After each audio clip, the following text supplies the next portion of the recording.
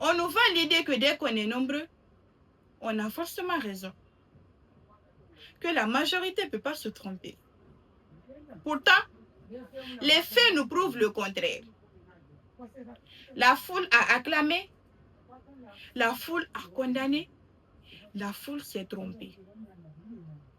Le consensus ne crée pas la vérité et une décision collective ne devient pas légitime par le seul fait d'avoir été voté.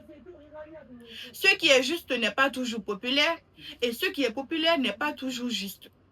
Alors non, une décision collective n'est pas forcément plus légitime et je vais vous dire pourquoi.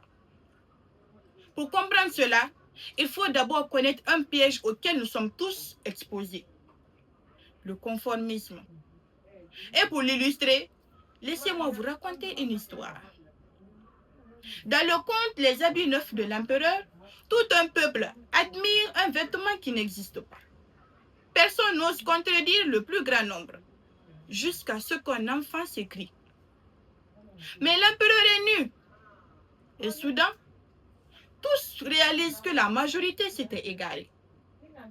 Ce conte paraît innocent, or il révèle un mécanisme profondément humain. Lorsque tout le monde pense la même chose, nous finissons parfois par croire que cette chose est forcément vraie.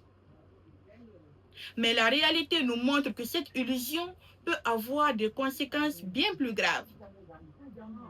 En 1994, au Rwanda, le génocide contre les Tutsis nous rappelle une vérité douloureuse.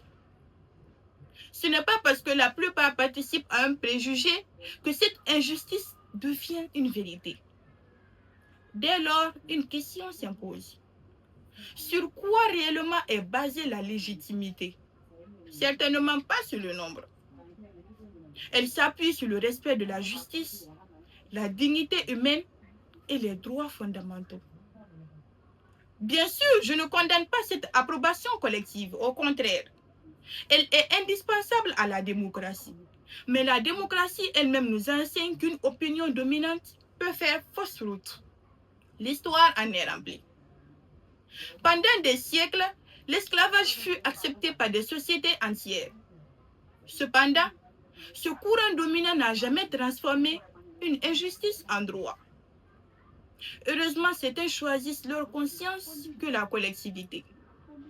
Si Nelson Mandela s'était contenté de suivre le groupe majoritaire, l'histoire de l'Afrique du Sud aurait-elle changé? Je ne le crois pas. Écouter un grand nombre de personnes peut devenir une sagesse, mais les suivre aveuglément, c'est une faute. La légitimité ne se compte pas, elle se mérite par la compétence, l'équité et le courage de dire non quand tout le monde dit